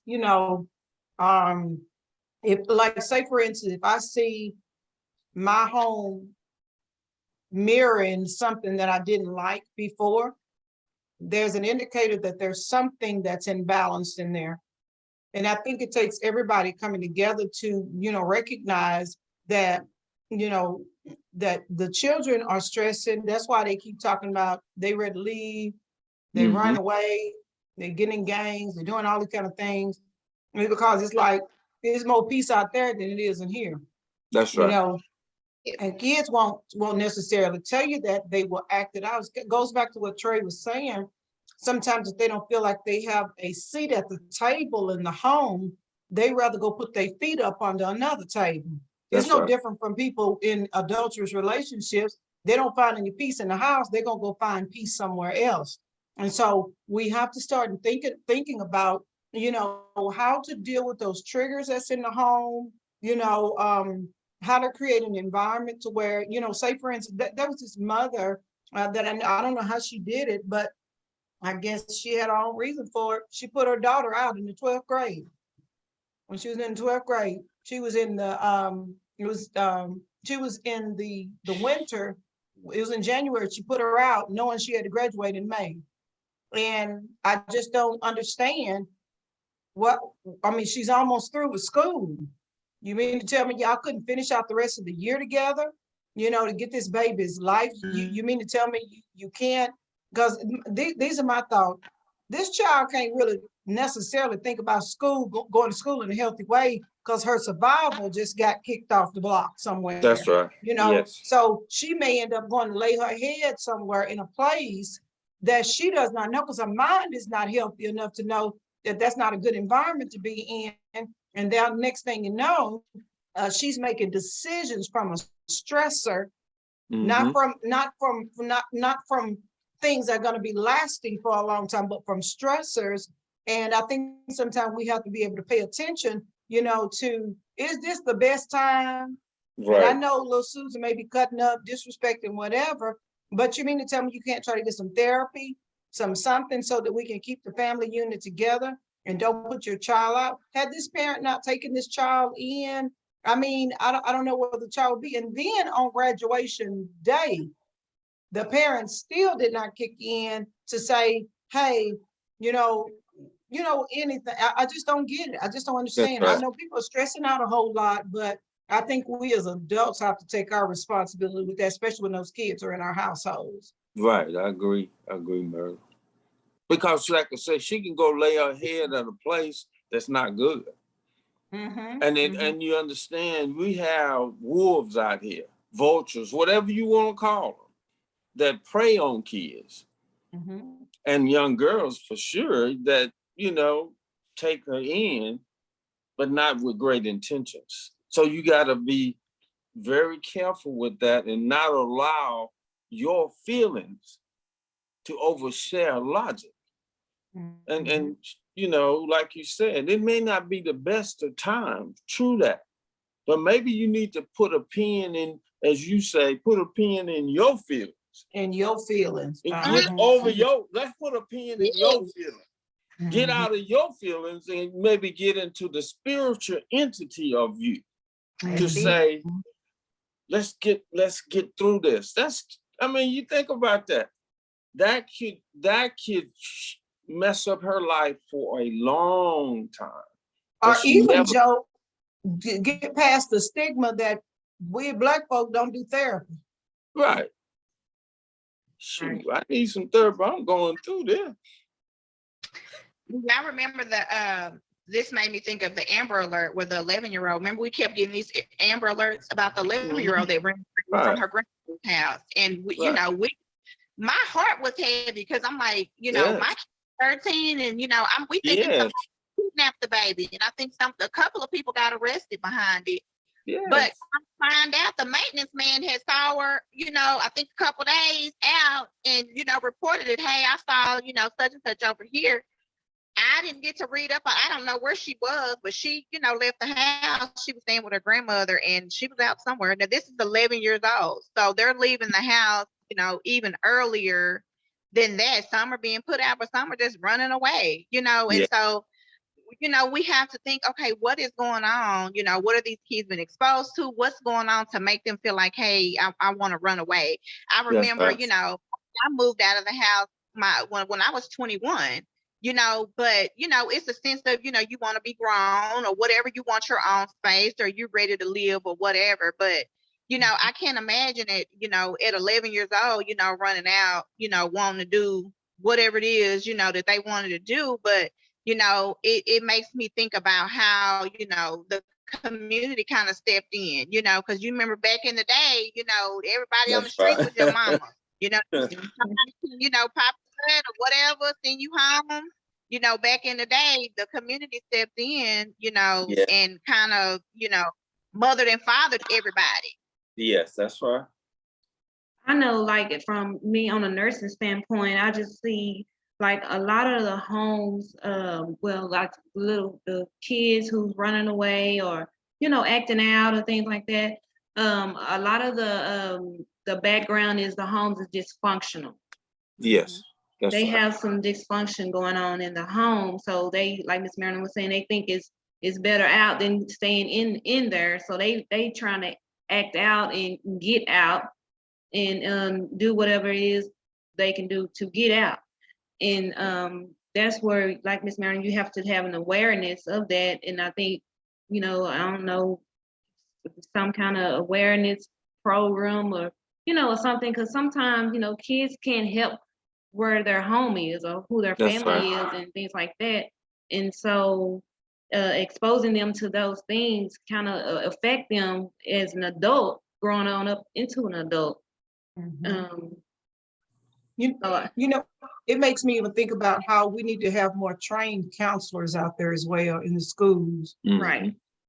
And I know sometimes the ratio is so much bigger than the employment that they have, but to be trained enough to pay attention. Okay, little Susan done missed school about how many times?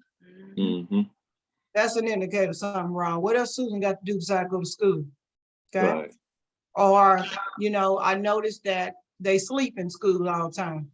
That's right. They come in, we were learning in one of the Dream Builders classes about, that hydration, that lack of hydration a lot. It makes you become very lethargic, a lot of things like that, sleeping all the time, sleeping at inappropriate times, going into the room and putting your head down, and maybe that's the only place you find some rest. I think the teachers and the counselors need to be a little bit more trained in those areas and stop pushing so much the academic part of it and make this more relational than anything, because if you can touch them relationally, you can get them academically. So That's you're trying to push education on somebody when daddy went upside mama head last night before we went to bed last night. Exactly. And That's you trying right. to get me to come and function in this house. And I don't know how to do that because my mind won't let me rest because I'm worried about, is mama okay? Is, Yeah. or, we don't have any food to eat, all that kind of stuff. And I think they need to be a little bit more trained to see when little things are going on, they not talking, they don't say anything. They got the ability to talk. What's wrong that they're not talking? That's Who's true. causing things? It's just little stuff like that. I just think that there needs to be a lot more awareness because even the teenagers, it's just their mind has not developed all the Yeah, way that's just right. yet. That's And then right. listen, they end up getting criminal cases on them that they don't even understand what that meant because they haven't even grown mentally, mature, to the maturity level to get to that point. I've seen a lot of people destroying the early stages of their young adult lives all because they didn't know. I That's didn't know that you couldn't do that. So one of the things that I applaud the HBCU colleges for, especially with our children, they grab them kids in. That's right. And began to start talking to them about, we used to have this professor, Dr. Stinson, I think he's passed away now. Dr. Stinson taught history. And man, when I went in there, he went in there and he taught those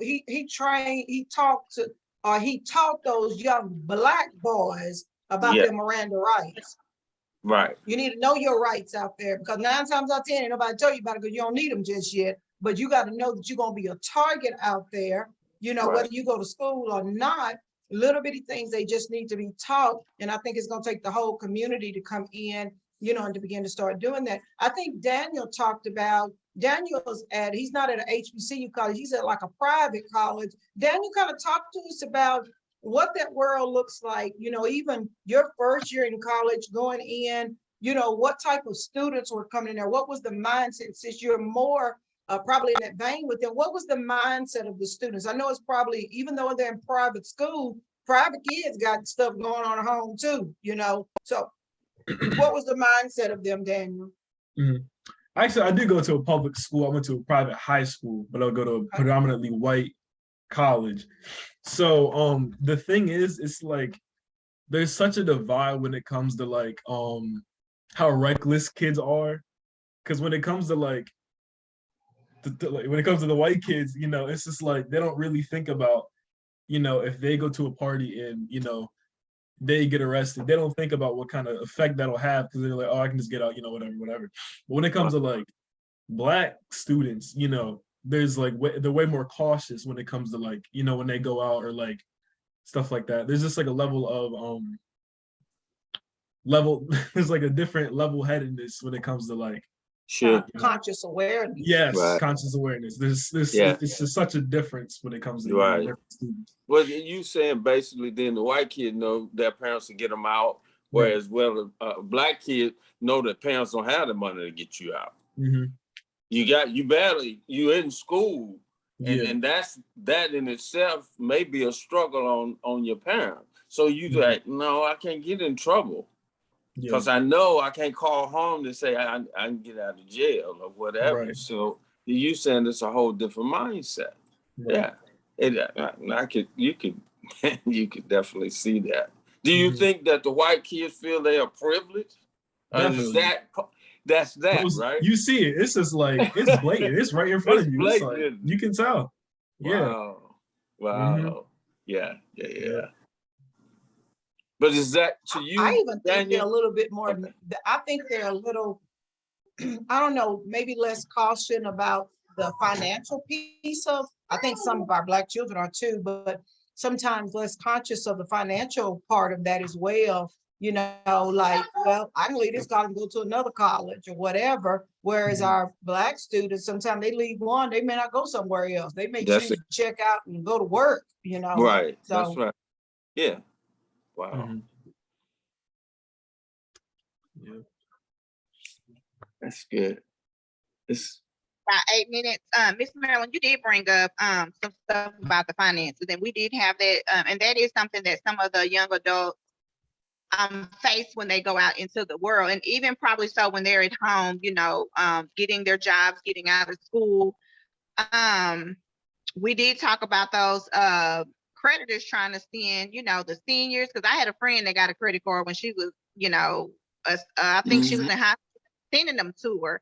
And so just learning, you know, keeping our youth prepared for like student loans, knowing manage line of credit, how to balance the checkbook, you know, just managing, you know, household expenses when you get out on your own. I think one of my friends taught me, my coworker, she was like, you know, because we got paid bi-weekly. She said, well, instead of trying to pay all your rent out of one check, you know, split stuff up, you know, within each check. That way you'll have a little money left over. So I guess we can ask Trey or Daniel, do you guys feel like, you know, you're, you know, financially, do you feel like you know how to handle your expenses when it comes to things like that? Or do you feel like that there's some things that, you know, you could learn a little bit more, need more information on? I think I was prepared, you know, pretty well for like that type of stuff. Cause my mom, since I first got my job, like my first job when I was maybe like 14 or 15, she was always like, all right, start budgeting, start writing stuff down. I haven't always been the best with it, but it's like that foundation of, you know, being organized when it comes to finances. Definitely not the best at it, but you know, just having that foundation is good. Yeah. What about some of your peers? What about some of your peers? So it's different, you know, when you see like some kids, it's like, okay, they don't really do much when it comes to like saving, like they kind of just get their money and they blow it. There's just a whole bunch of different circumstances when it comes to finances, but you know, I feel like everyone has to kind of maybe, I don't know, have somebody go through like their finances, go through their bills, but at least get some type of organization together where they can manage it better. You know what I mean? So do you feel like, you know, we're talking about kind of hovering, like, you know, parents kind of hovering over the finances, or do you feel like you're okay with your parents kind of hovering over, kind of helping you, you know, with your finances, or do you feel like you're more so want to be independent with what you got going on? I feel like it's cool to a certain point. Like it's cool to like have somebody like, you know, kind of watching, but not like completely in it. You know what I mean? Like having some type of like of like a backing, but not completely like controlling it. So you know you can do your own stuff, but then if like, you know, if you mess up a little bit, then they can step in. But it's not like always constantly having some type of, you know, pressure on you. You know what I mean? Okay, and last but not least, I want to talk about us, you know, with everything that we talked about today. rebuilding our community, because I think that, you know, every subject that we talked about, it kind of goes into not just only our individual households, but us as a community. I like how it's a family affair. I love the title of this show because we cover so many topics and we want to get as much information out as we can. And we have, you know, each person on here has something that they bring to the table that's just wonderful. I learned so many things. Not only do I want to help others, and I do help others, but when I come on this line, y'all bless me. So let's talk about, before we get off and you know, say our last goodbyes, what are some of the things that you guys feel like that we can do to rebuild our community, to be helpers one to another, besides basically like this platform that we have now? Or what are some of the things that you see that we could do better as a community? I feel like we could put more information out there to the community, do more outreach programs, you know, have some things going on. Like we have beautiful parks, like Burfield Park. Sometimes they could like put on like an outreach program or something, just, you know, for everyone to come out and have speakers and, you know, just information booths, stuff like that. I think that would be very informational and help with the community to raise awareness.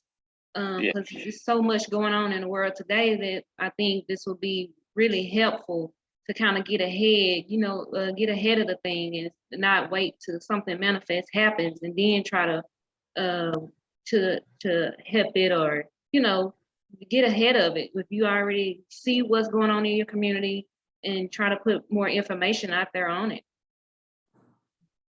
I think I would like to you know, keeping our kids continuing education. I think we had on the financial coaches, kind of showing them how to get out there and do different things, because, you know, even though we, you know, expect the parents, some parents just may not know either, you know. And so you know, just creating opportunities of literacy for all ages and for our community. Yes, that would be very helpful. Angela, I think one of the things, you know, I'm pro-church. So I think the church involvement plays a major part with that. You know, first of all, getting them back in the church. You got to find a way to appeal your audience to get back in, because, you know, like during the pandemic, you know, people have chosen other methods for church, you know, and we realize it's not the same as being in the house, you know, and then, you know, being able to move with the times right now, because we are in a technology world, you know, that means we got to get up to speed with a lot of that, becoming more customer friendly. You know, I've always learned that, you know, sometimes you have to touch people 7 times in order for them to catch on fire. If you try to do it one time and say, well, it didn't work, they didn't come, whatever, they're not used to being in that space. And you got to keep sounding the alarm, you know, until they hear. It's like those Amber Alerts. They keep on putting that Amber Alert out until somebody hears it. And I think the church needs to sound the alarm to get the people back into the church, for one thing, you know, provide programs or like you say, outreach things that that appeal to them. Married couples, they need to have marriage ministry. You know, your children, they need to have children's ministry. You know, our young adults, they need to have young adult. Put them where their peers are, put them where their place of commonality is. Even having the financial literacy classes that are there, homeowners, buying homes, and, you know, having all that economic empowerment, you know, and then what about those that want to become entrepreneurs? Some people don't want to go to a 9-to-5, and there's a lot of young people, they do not want to go to a 9-to-5 at all. So teaching them about entrepreneurship, and, you know, you can't be an entrepreneur and you don't get up to 1 o'clock in the evening. That ain't gonna work.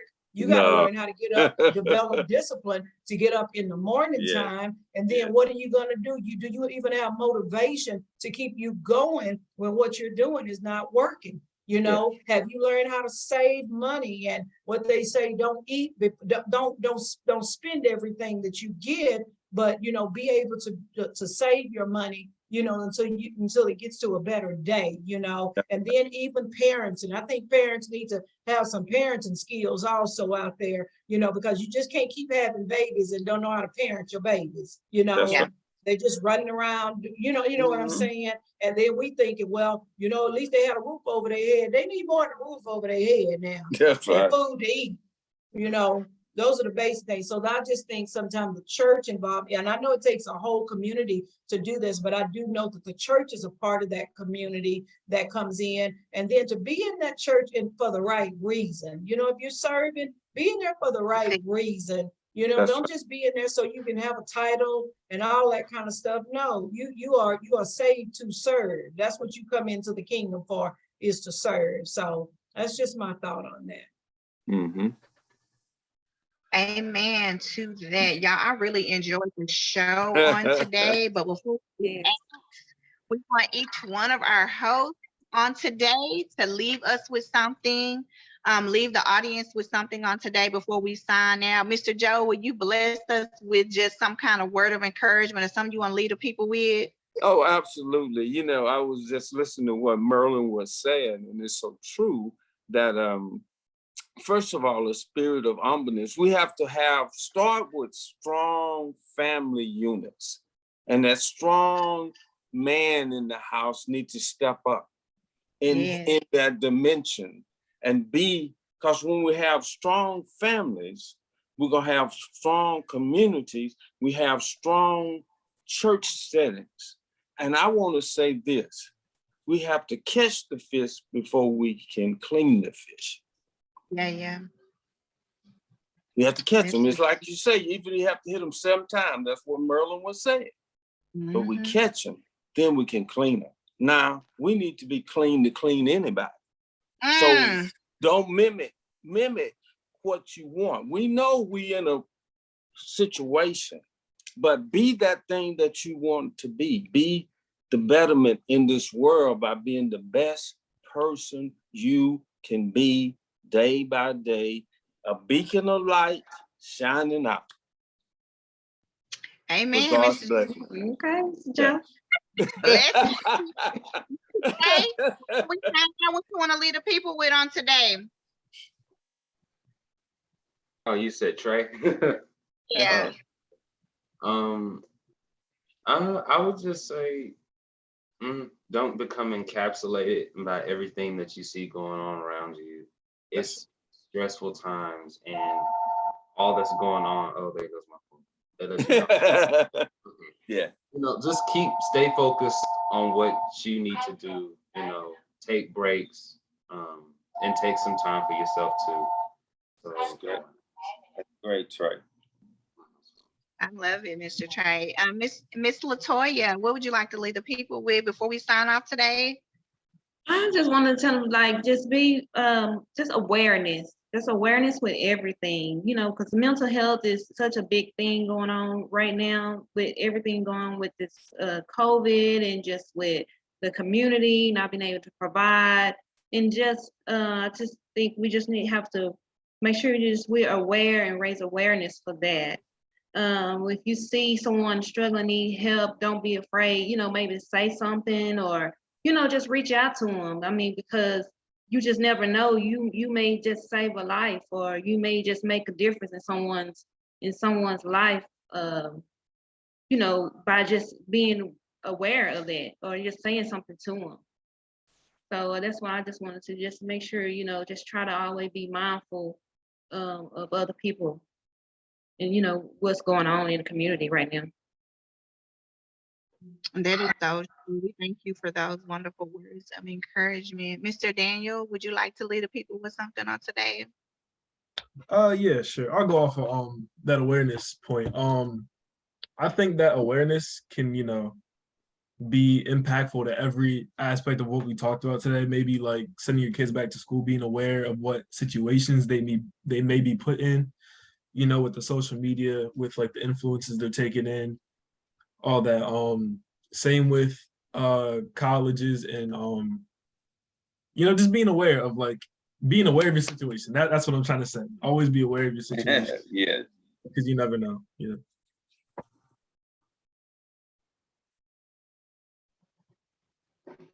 Okay, Miss Marilyn, do you want to say anything to the people before we sign off?